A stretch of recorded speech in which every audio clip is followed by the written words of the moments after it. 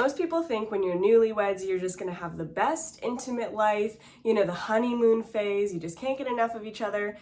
But that was not the case for me and my husband. Hey guys, welcome back to my channel, or welcome to my channel if you're new.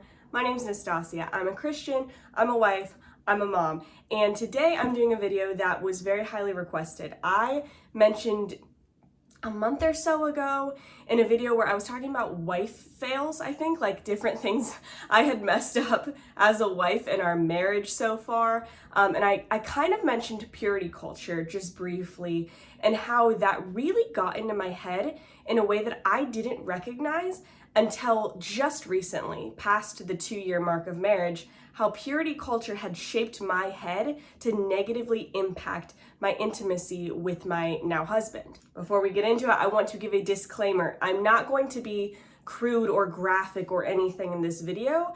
That's not who I am as a person at all.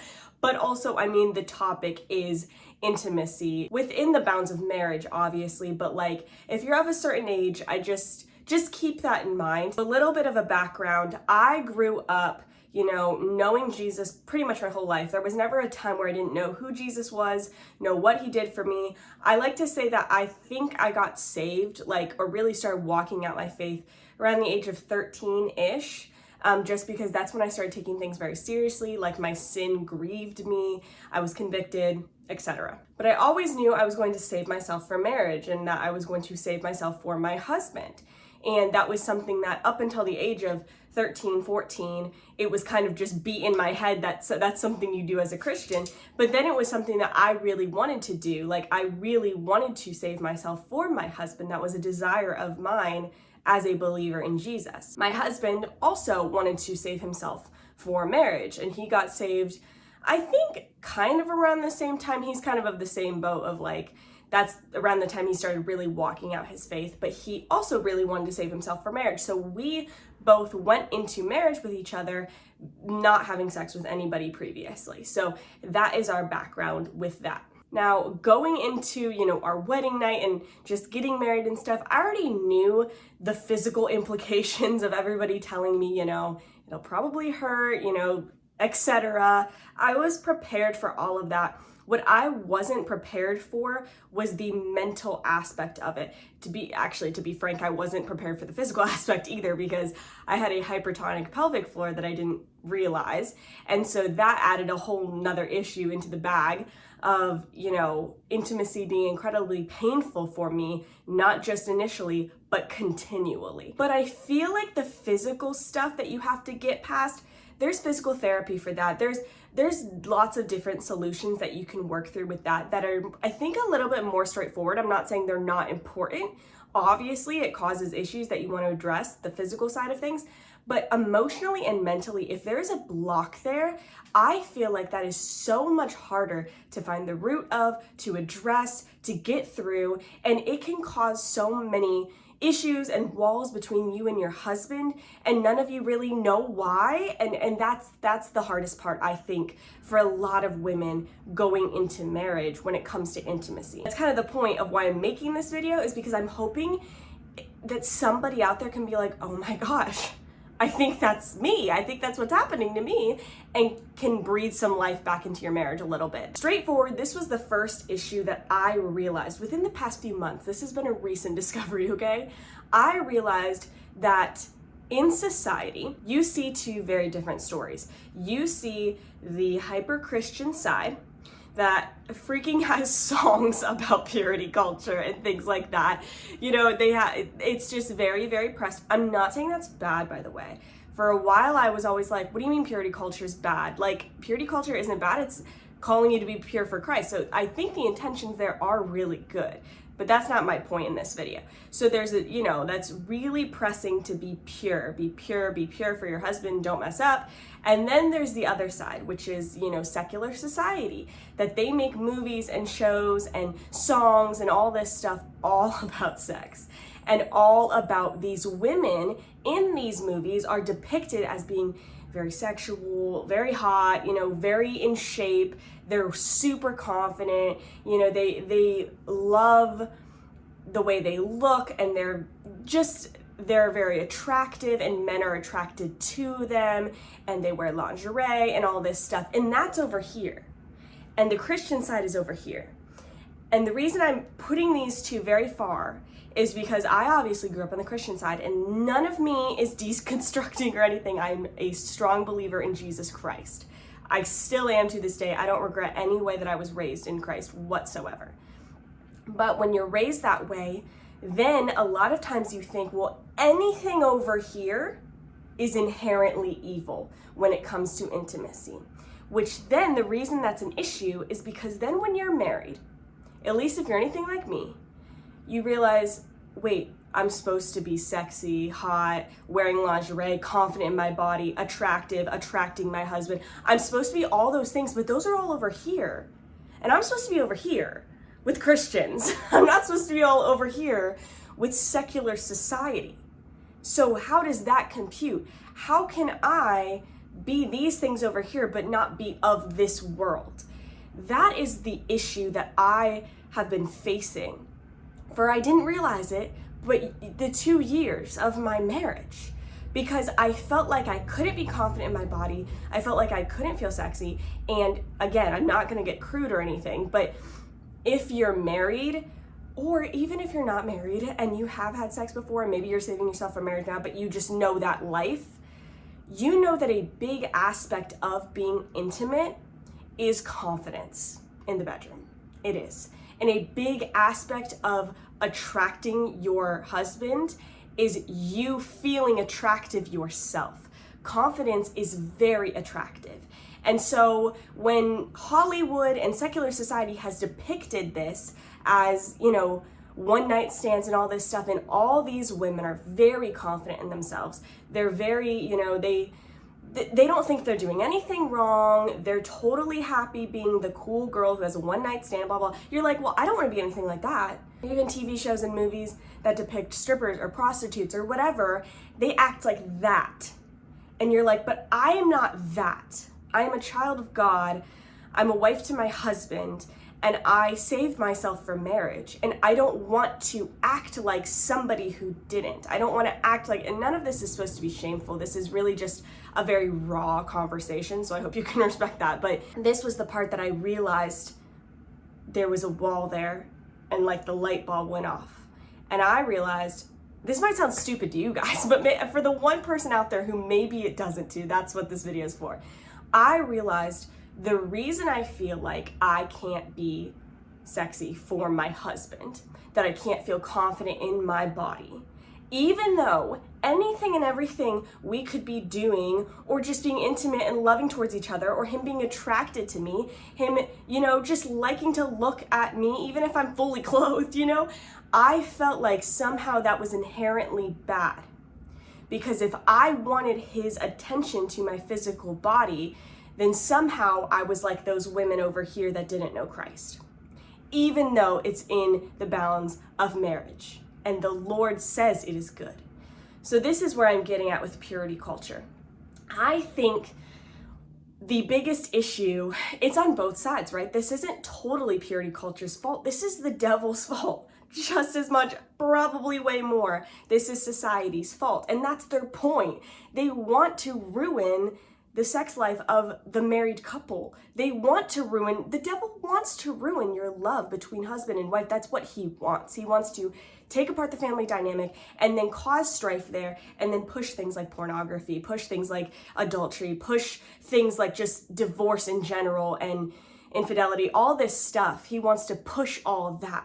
So he's first going to tear down the intimacy between a husband and wife to do that. Do you know what I mean? So absolutely, society and the devil are totally at fault for this too. But I think purity culture needs to do a better job, and maybe they are now. To be honest, I haven't been in youth group for a long time, but it helps me to know now with raising our son and then our future children, obviously, as they get much older. But to talk about intimacy and God's depiction of it and his design for it in a different way than purity culture was fed to me and my peers within the church. And I don't necessarily think anybody did me wrong in this. Like, I wasn't traumatized. Nobody did anything horrible to me, purity culture wise, or told me something horrible. It wasn't that. This is just the implications that come with it. This idea of when you grow up as I don't have another name for it other than just like a good Christian girl who, never wears anything too scandalous, never wears anything too, too beautiful, where you could go into the hot zone or the sexy zone or anything like that, which I'm not saying you should go around flaunting yourself to the world and not dress modestly. I'm not saying that. But when that is pushed so heavily, how is the Christian wife supposed to just 180 turn everything when it comes to her husband? She doesn't even know how to be that. Like, that's not even in her DNA at this point. She has to completely rewire her brain to even feel like it's okay for her husband to want her. Like, my issues have been when my husband wants me, when he's flirting with me, when he's holding me, and when he's hugging me, and he's trying to just, make me feel loved, because that's what a good husband does, is he makes you feel loved all day so that you will want to be intimate with him. When he's doing these things, I don't even know how to react. I don't even know how to be.